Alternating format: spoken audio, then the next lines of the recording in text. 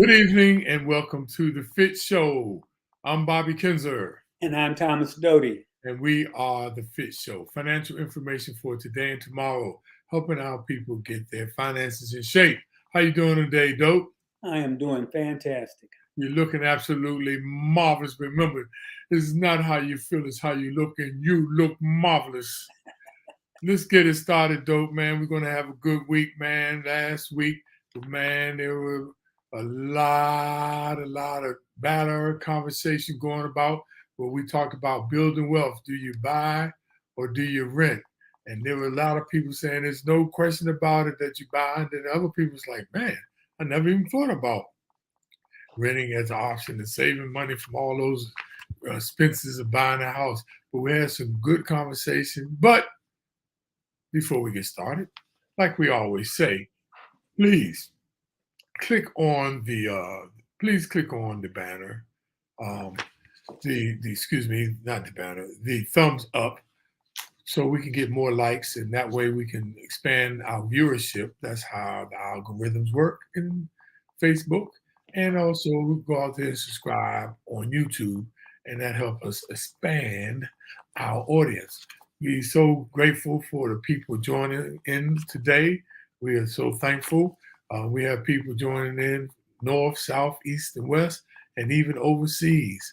So, and look, down under too, dope, from Australia and New Zealand. So we gaining a lot of traction. But make sure you click on that thumbs up button, you all, and put comments in there because we get even more viewership if you put comments in there or suggestions or some of your points of view. I mean, we open to that too.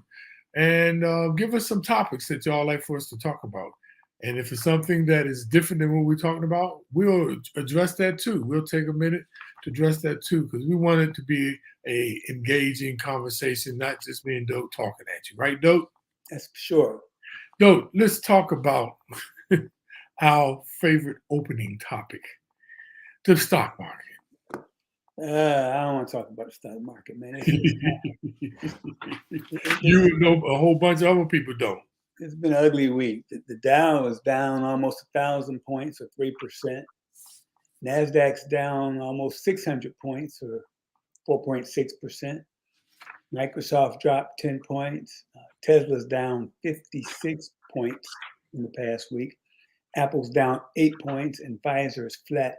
It's just been more of the volatility that we've talked about for the last couple of months, and it's going to continue. We know that we're still in the throes of crazy inflation because everything is going up like crazy. Gas is still high. There's more things I noticed with the shrinkflation, where you pay the same amount but you get a smaller quantity.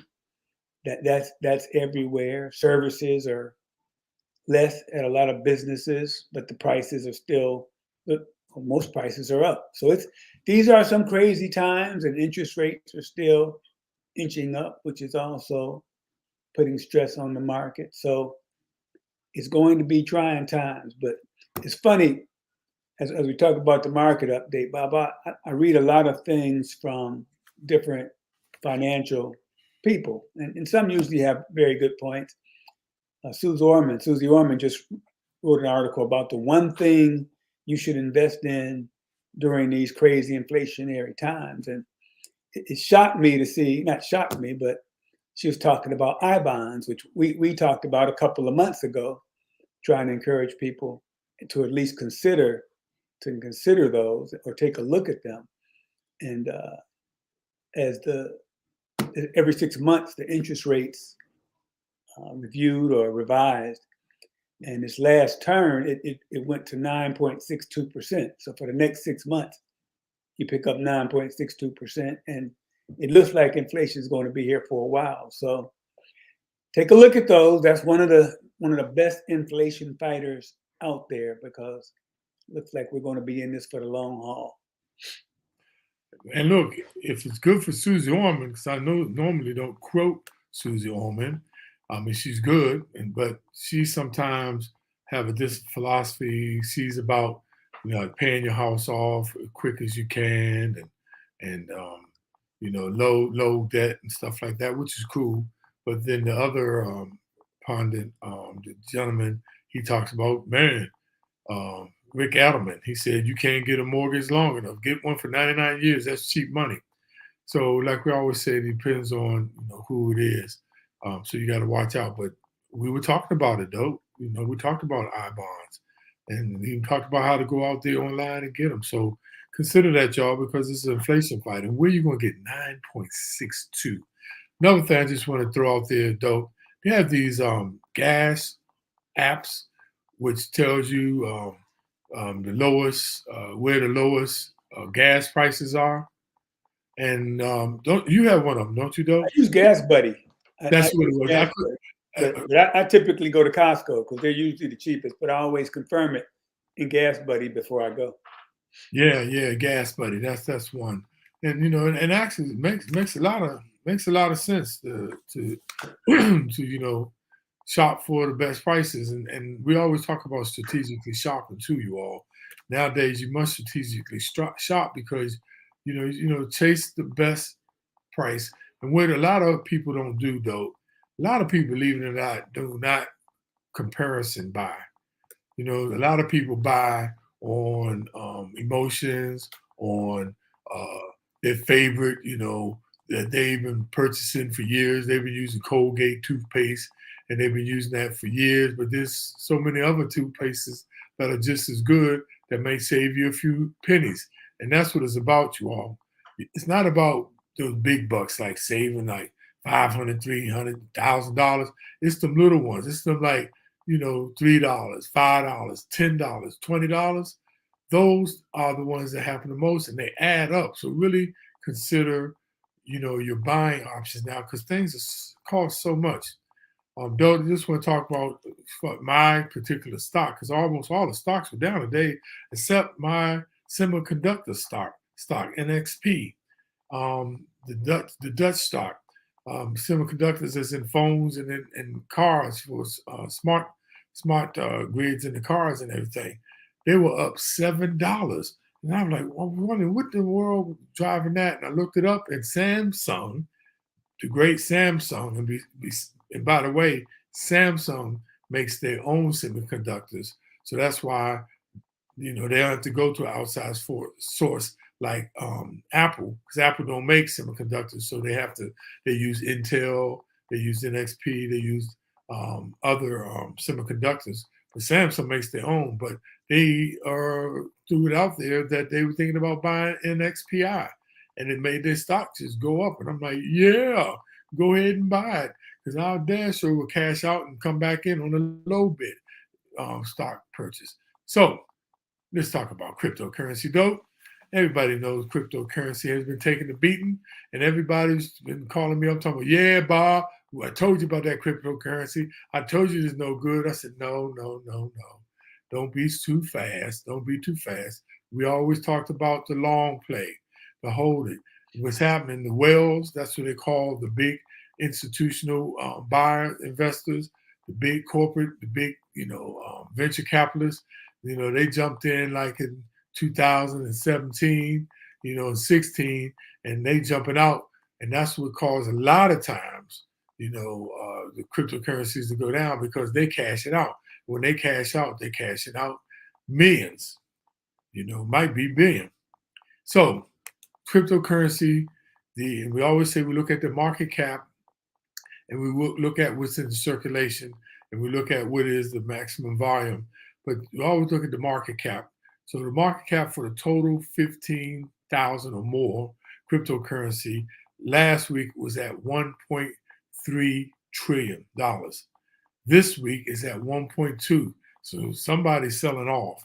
Last week, the Bitcoin was at $30,568. This week at 7 p.m., a Bitcoin was at $30,074. Didn't drop off that much. And it's down today about 0.7%, about 7 basis points. So the Bitcoin is still number one, and it's holding a market cap of 572 billion. That's almost half of what the whole cryptocurrency market is. So it tells you a little bit about the Bitcoin. It's still holding number one. Shiba Inu taking a beating. It's going down 0.0004 zeros, point four zeros and a 1 0. It was at 4 zeros and 1 1. So it's been dropping off, y'all. And the market cap last week was at about 6 point, what was, oh, it stayed the same, 6.1 billion. So OX is still the same. They didn't cash out too much on that. And then Ethereum, which is the smart contracts, because we like to look at the different types of cryptocurrencies. that's been down, and the market cap is still at number 2 though. And then you have those like Doge coins, like the Elon Musk thing, that's been taking the beating. So for the most part, cryptocurrencies have been taking the beating. But I mean, if you're an investor and we said you should invest in money that you don't need or that you're willing to lose, the time to get in is when the market is down. And that's the best time to purchase because, as we say, we in it for the long haul. Now, the stable coins, they've been holding just like what they are. They backed by usually the dollar or an asset, and they've been holding because it makes sense. They backed by something. But that's it for the cryptocurrency market, dope. Dope. I want to talk right quick, man. Last week, and I just want to bring it back up. Last week, we stirred up a lot of conversation about renting and buying as a form of creating wealth. And a lot of people was like, wait a minute. What are you talking about renting as an option to building wealth? Because a lot of people traditionally, a lot of people say there's no question buying a house is better, and you know it's going to build equity, and you got a better asset. But then a lot of people listen to us where you're saying, wait a minute, not for everybody. You know, if you don't want to be paying a lot of fees, closing costs and things like that, it might be better for you to rent, take the difference, and that you're renting, and take the low rent and take the difference and invest it. So other people were asking us though, which one were we suggesting? And First of that's the all, key thing. thank you. That's the key thing, Bob. We really weren't suggesting either one. What we're trying to get people to understand is all the variables involved in any investment decision.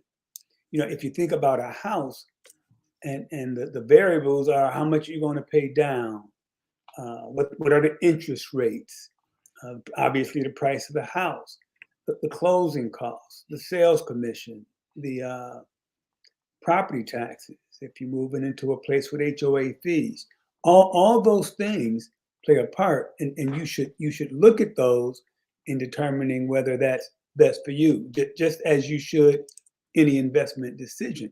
And most people, and I say most people using that, most people think, oh yeah, buying a house is unequivocally the best way to go. But not necessarily, and you have to look at what your goal is. And if your goal is building wealth, it may not be. We looked at the study that said, analysis actually said, in 17 of the 23 major metropolitan areas in the US, it was more beneficial to rent than to buy.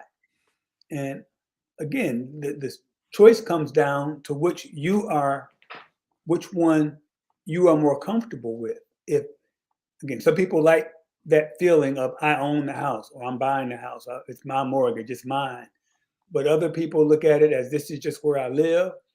I want to get the situation that I can build wealth the fastest. And it may not be buying a house. If you look at things like property taxes, which constantly go up, repairs that are going to come up. You buy a 15-year-old house, the roof's probably going to go bad within 5 years, 5 to 10 years, and that's a $20 to $30 to $40 to $50,000 thing you can spend money on. So all we're trying to get you to understand is there's a bunch of variables involved. The best decision may not be what you've always heard, or what the historical thoughts have been, what everybody else has done. That may not be best for you. So you look at your own situation, look at all the variables, and then make a decision on which is best. And it comes down to what's best for you. So there is no right answer for everybody. It truly depends on your unique situation and you looking at every variable involved in that situation. We just want you to be conscious. You know, we constantly talk about it's about a mindset. I mean, like a lot of people, you know, they use this term, money is the root of all evil, right? And actually, it's a quote out of the Bible. But actually, the quote actually says, the love of money is the root of all evil. And money is atypical. It's not good or bad. But what you do with it can turn out to be good or bad, you know, but money is atypical. It's not good or bad, but what you do with it. And it's about understanding the best fit for you when you start talking about investing and looking at the different options, and not just because somebody said it or you're trying to keep up with the Joneses. It's very important that there's no one size that fits all. You must educate yourself as best you can before making any financial decision. That's all we're trying to get across. And we share each week is different investment options, alternatives, and we're not picking and choosing either one of them. Now, when we tell you about the stocks and things that we're in, we're just telling you that just to let you know we're just not talking the talk, but we walk the walk. That's why we share that with you. And you just can't look at your current situation, but you must look down the road. I'm talking about 5, 10 years. That's always me and Dodie always talk about the long play. You know, you need to look at where you may be or where you may want to be, right? And you can't just put your head in the sand. A lot of people try to avoid the difficult, complex decisions. A lot of my friends, when I started telling them and trying to educate them about finances, they're like, Bob, it's just too complicated. I'm getting a daggone headache. You can't do that. You can't take that position. This is your money. This is your money that you work hard for. And that's why me and Dope keep trying to provide information, because the whole key to risk, you all, is understanding as much as you can. And that doesn't get rid of risk, but it helps mitigate risk. Now, even if you hire a financial advisor, you must take control of your money. You got to understand a little bit. We ain't saying you don't have to go to school, you don't have to get no degree, but you need to take stake into your own money, because failure to do so can cost you a lot of money. People talk about how stressful it is learning about finances, but I'll tell you what, being broke is a lot more stressful. And remember this, not everything we face we can change, but you can't change anything unless you face it. So let's look it on, let's take the challenge, you all, let's be responsible and let's be accountable, and just read up a little bit. So much information available at your fingertips today. Please take more stake and responsibility of your financial situation and goals. And I'm telling you, on the other side, you're going to be thanking yourself. So look, that closes the book about the rent versus buying discussion. Okay, we just wanted to give some clarity in that, because some people thought we were recommending one over the other. No, we weren't. But remember, every investment decision is unique. Do your homework and decide if it's right for you. There are all kinds of investment opportunities out there, but tonight we're going to be talking about one of the hottest investment options in the market today. So, Dope, what are NFTs? NFTs. It stands for non-fungible token. And basically, it's just a record that somebody owns something, okay? And that record is kept on the Ethereum blockchain. And it's an ongoing, impossible to fake public ledger that shows everyone who's ever owned the thing in question. Now, when we say non-fungible, that means it's unique. It's one of a kind. You know, Bitcoin is a fungible token. It's a different kind of digital asset, because you can buy and sell those and you can get one just like the other one. But an NFT, non-fungible, means it's unique. So it's the original. No one can copy it. That's basically what it means. So it's a record of something that you own, and it's owned by one person. The thing that you own is almost secondary, but the actual NFT is the fact that you own something that nobody else owns. And so basically what they're doing, they found a way because of the blockchain. Remember, that's what started all of this. 2009, when Mr. Shoddy, whatever his name, they think he's a guy, they think he's a corporation, they think he's the government, but they created a blockchain, which is nothing but a general ledger in the cloud. It's a digital it's a digital ledger. And now they got cryptocurrency, right, which is nothing but digital currency. And now on the blockchain, they can do digital assets, meaning they can actually digitize and fractionalize. You can own art, you can own pieces of music, you can own Videos. video, Yeah. pieces of video. You can own baseball cards, but it's a one-on-one, one-of-one blockchain-based collectibles. This is where actually it came from. It was one-on-one blockchain collectibles emerged ahead of the recent NFT boom in the form of rare peppies. Set up on the blockchain in 2016. Now, remember the blockchain started in 2009, with the first cryptocurrency. But these memes, which unfortunately featured the same sad frog character that became the white nationalist symbol around about the same time. I don't know if some of y'all knew that, but I remember when that happened. This frog became the white nationalist symbol, but it also became this symbol for rare peppies as an NFT. And they are virtual trading cards, just like baseball cards, but they're virtual trading cards. They were varying rarity. They were varying rarity that reference strange memes and inside jokes, right? So start off like that. Simply put, it's the set of rules that allows true digital ownership and is responsible for the exchange of billions of dollars and millions of ether, like Ethereum, which is, ether is the gas, it's the energy that it takes for the computer to create these formulas. That's the gas, that's the ether, that's the currency, and they took it and made it into a colorful JPEG. Simply put. And to be clear, Ethereum is the most popular, biggest blockchain as far as NFT goes, but there are others. Now, Right.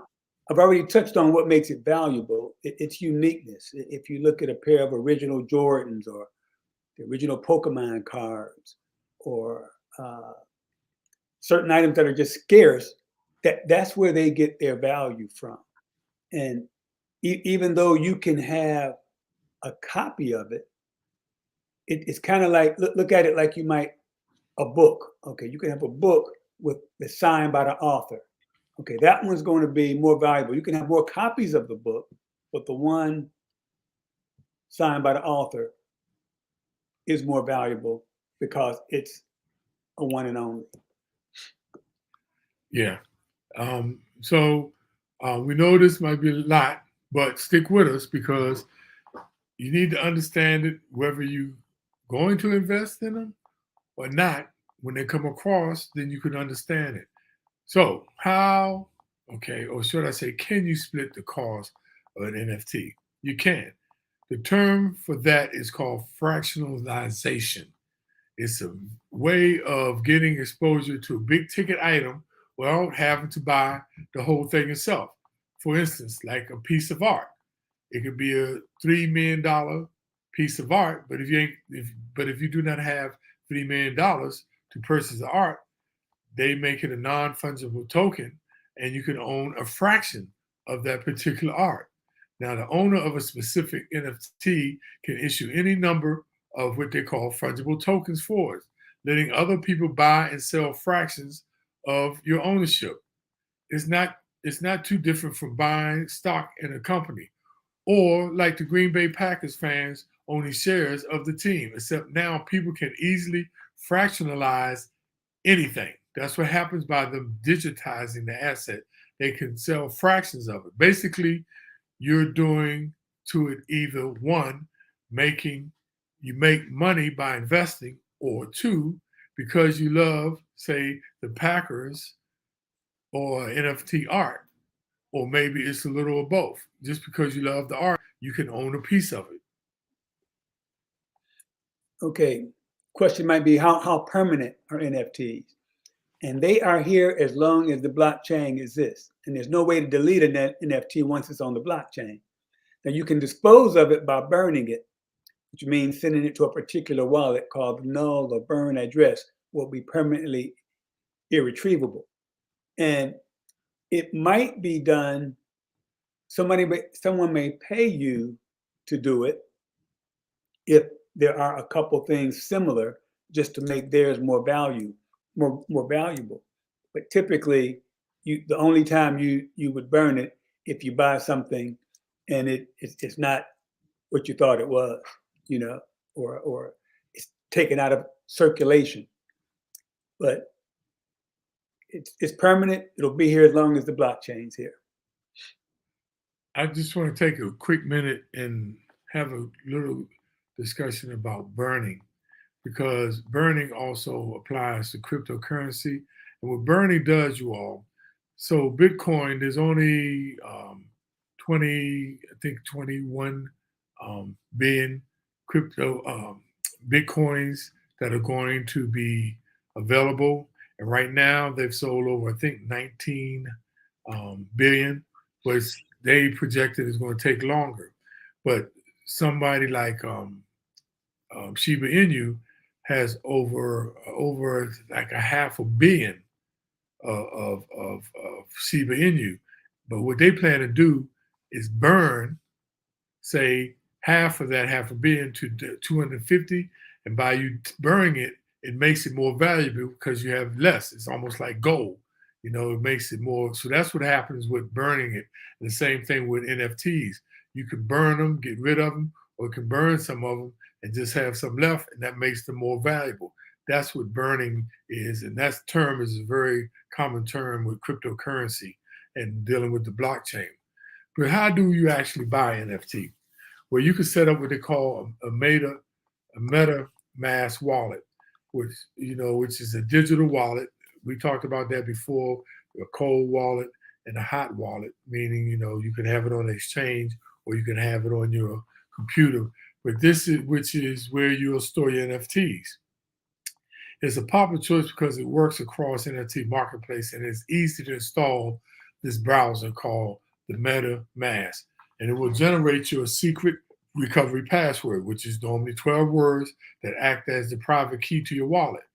And you write those down on real paper and hide them somewhere, like in a safe, or use a secure password manager. They have those out there.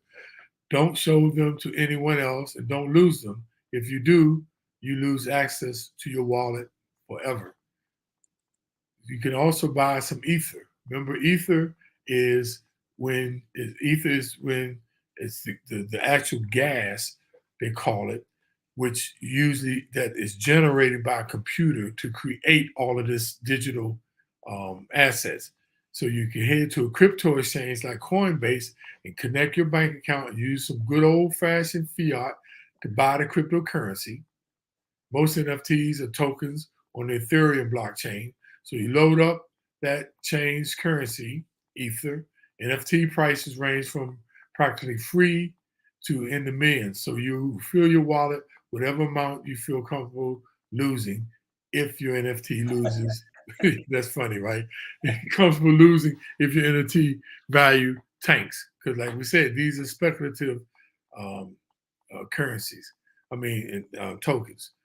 Okay, you can join the Discord. Right? The Discord is where the NFT chatter happens. These are places like specific communities that cater to different interests and can help you figure out which NFTs are dropping, which projects are scams, because there's a lot of scams out there, and which ones might just make you pile up on the ether, buy more basically, or at least make for a killer Twitter profile pic. Because they buy these fungible tokens, though, like the cards, the virtual card.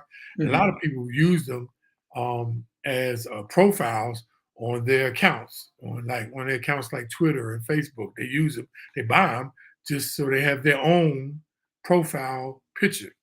Okay, you can visit NFT Marketplace.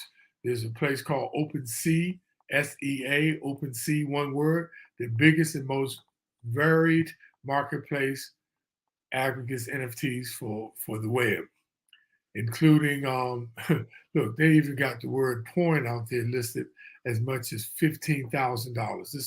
This stuff is real, you all. You could buy NFT. There's platforms like OpenSea. It lets sellers list prices or hold auctions, and buyers can make offers. So you can buy an NFT and put it out there on an auction, just like if you had, another painting or a sculpture, you can create your own auction with these NFTs. This is exactly as simple as clicking a buy now or place a bid button, just like you purchasing a pair of pants online.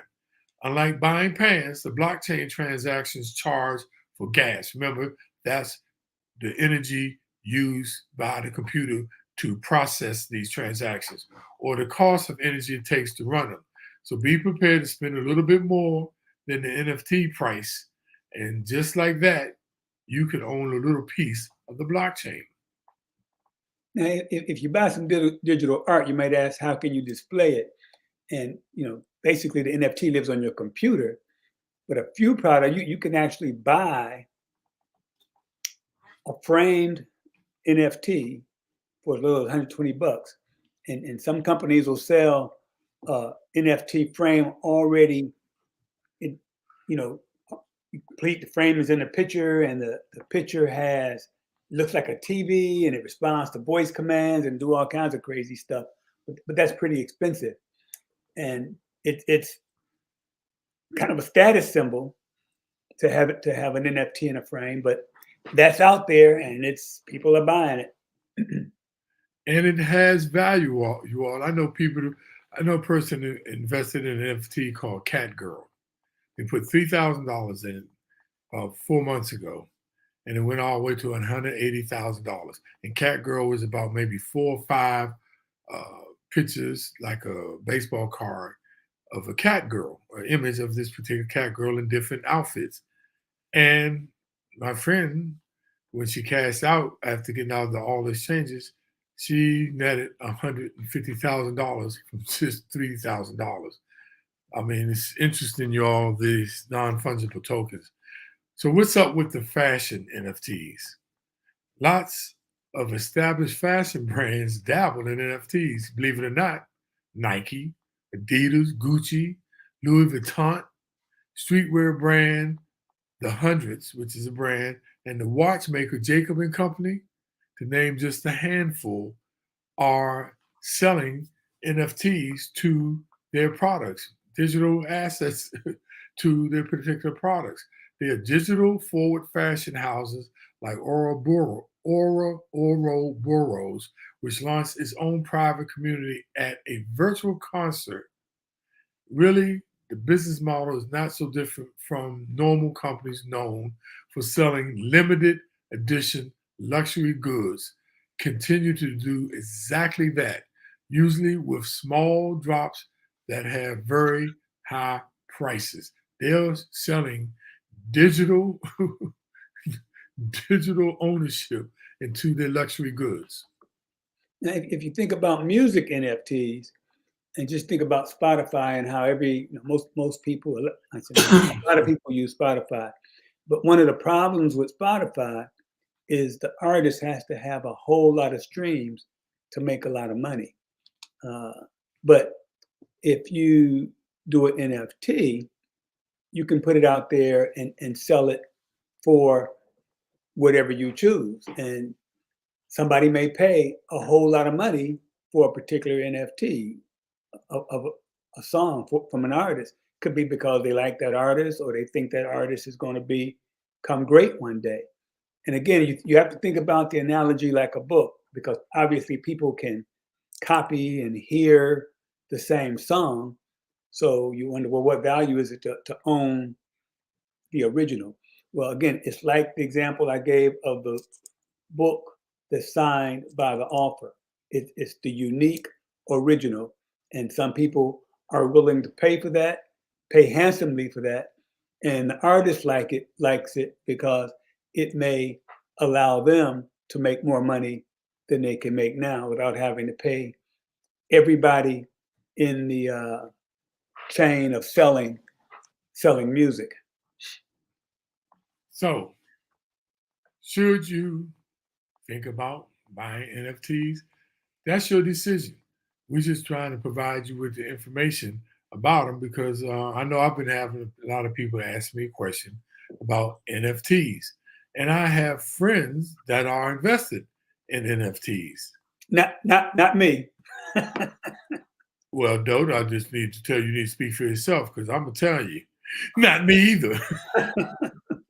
But I have some people who are very risk adverse, though, that I'm kind of shocked. They're making some money from NFTs. Like I told you, my one friend's hairdresser, she invested $3,000 about 4 months ago now, and it went to $180,000 for the cat girl meme. There's no rhyme or reason, Dote, or how it increases in value, but some of these things have gone up into the billions of dollars. Yeah, but some people have made money off of it, and I told you I dabbled in crypto because that just makes sense to me to have a direct payment system that eliminates the middleman, the credit card guy, the bank. But I still have trouble just conceptualizing in my head owning something that can be shared, and I think it would have to be a unique situation. And I guess if you look at it like you could have a copy of a Van Gogh painting, or you could have the original. And the original obviously is going to be worth a whole lot more money, but it would probably cost like crazy to buy that. And the only way you'd make money is if you bought something that became famous.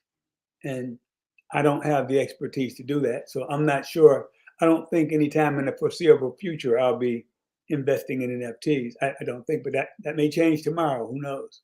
What's so interesting though, but it's just like I know people that buy art, but in this way, because they're digitizing the asset, you're able to own a fraction of the art. Just like the whole thing with cryptocurrency, though.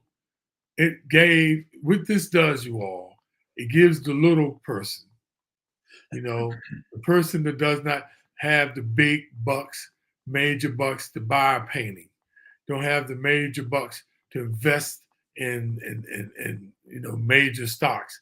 What it's allowing, though, is the small guy, the family, be able to also get it into the arena and purchase like some of these big guys. And that's what's really happening and why they don't like cryptocurrency, because it's taking the middleman out, it's taking the bank out, you're becoming your own banker. In this particular instance with NFTs, you're becoming your own auction house. You can grab pieces of videos of famous 80-yard run by O.J. Simpson, and you own that video, and that video could become valuable, and you can own a piece and auction it off to people. So that's what's happening with this blockchain, you all. And now the blockchain, because when we talk about ether, when we talk about gas, why I keep saying that, coming back to it, that's the energy it takes to process these particular transactions, and they are major. And a lot of these computers, they're so big, so huge, that they're in mostly cold places like Switzerland, Iceland, Greenland. But what's happening, they're creating another, remember, the blockchain is a digital general ledger. They're coming up with different distribution ledgers that take less power to produce. And remember, that's the cost, you all, that the middleman that they're taking out, the cost is when you do a transaction of Bitcoin or NFT, you are causing a transaction, and the miners go out there and they approve your transaction, and then they charge you for running that particular that much energy to process that transaction. That's all it is. Just like a Visa is the middle person when you go to get a credit card. What do? You go to purchase, they verify that it's you and approve that you got the credit, and then they send it to the retailer. That's all the blockchain is really doing. It's cutting the middleman out so you can go right to the person. But it happens, it processes your transaction quicker. That's why Doge said Bitcoin was created as an online transaction, which they call peer-to-peer. That's what this whole NFT is about. That's what cryptocurrency is all about. And it's no more, it's a lot of people be overthinking it. And I know we said some things tonight that's got down into the weeds, and you're like, oh man, no. But the basic thing is these are digital assets, digital currency, and its value tied to it. But when they become usable, like Bitcoin, like Microsoft is starting to accept Bitcoin, a couple of apparel companies are starting to accept, and the more they start accepting different cryptocurrency as usage, then the value is going to go up. So I just wanted to give that background on that. But I want to holler out to some of my people, man, Bruce Crossman. Thank you for checking. Gwendolyn Wright, thank you. Look, my neighborhood buddy down in North Carolina, Wayne Hubbard, I hope you're still watching. And our favorites who watch all the time, Modestine, thank you. Garnett Nickens, she was the first one who said, good evening, gents. And my wonderful sister, Nolia Melton. Thank you for tuning in. So with that, dope, let's go to the wrap up. Let's go to the video summary and takeaways.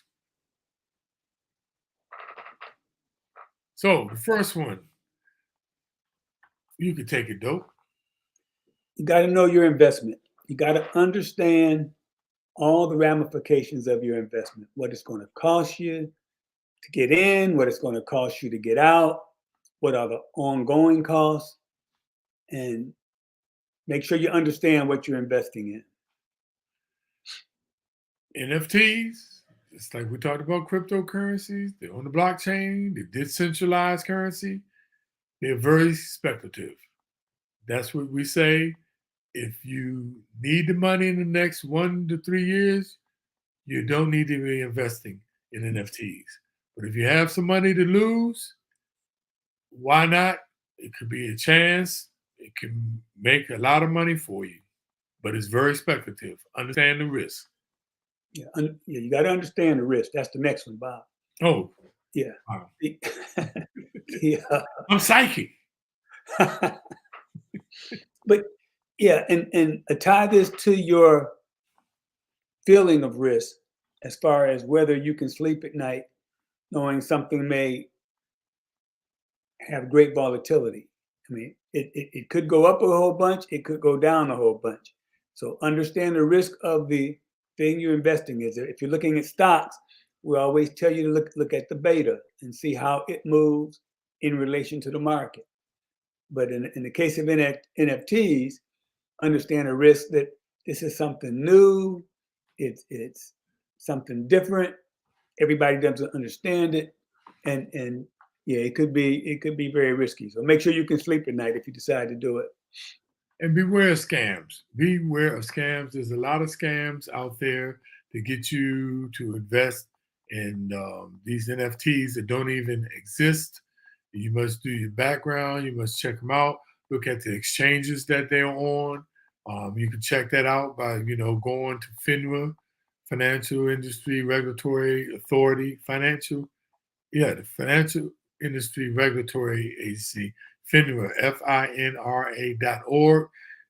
You can go and check out the exchanges because those are out there. Now, as far as when you hold it, NFTs in a wallet, you hold them on a computer or MetaMask. those are not out there. They can't track those. But when you go to purchase them on an exchange, that's where they have to report to the IRS. So that's how you can actually check and see if some of these are legit. So watch out for the scams because there's a lot of scams out there. So And don't yeah, get caught up. and Bob, to that point, this is so new, and most people probably haven't bought one before. It's easy to go out there and pick the wrong one that isn't legit. So just make sure what you're dealing with is legit, because this NFTs are new, but scams are old as forever, and there's always people out there looking to steal your money. Yeah, I want to shout out to Raynette Robinson, Coolidge High School's finest, and my main man, Rodney Madison Sr. He is the CEO and owner of NoteExperience.com. Go out there, check them out, and learn about how to hold mortgage notes. Thank you all for tuning in. Once again, this has been a very informative session because we know that information is power, you all. We're not recommending you to do one or the other, but what we're doing is providing information so that you can be a well advised person when you make your financial decisions. Well informed. Thank you, because that's what it's all about, you all. There's so much out there. There's so much to do, but you pick, an investment that fits your goals and your risk tolerance, and invest, because to think you could just save money is counterintuitive, because savings accounts are paying less than 1%. So look at some of the options, take a little bit more risk, and educate yourself. We're here next week. This was our 54th show. We're on a roll, Dope. So tune in next week, same time, 8 p.m. We're looking forward to seeing you on June the 16th, the FITT Show. Financial information for today and tomorrow.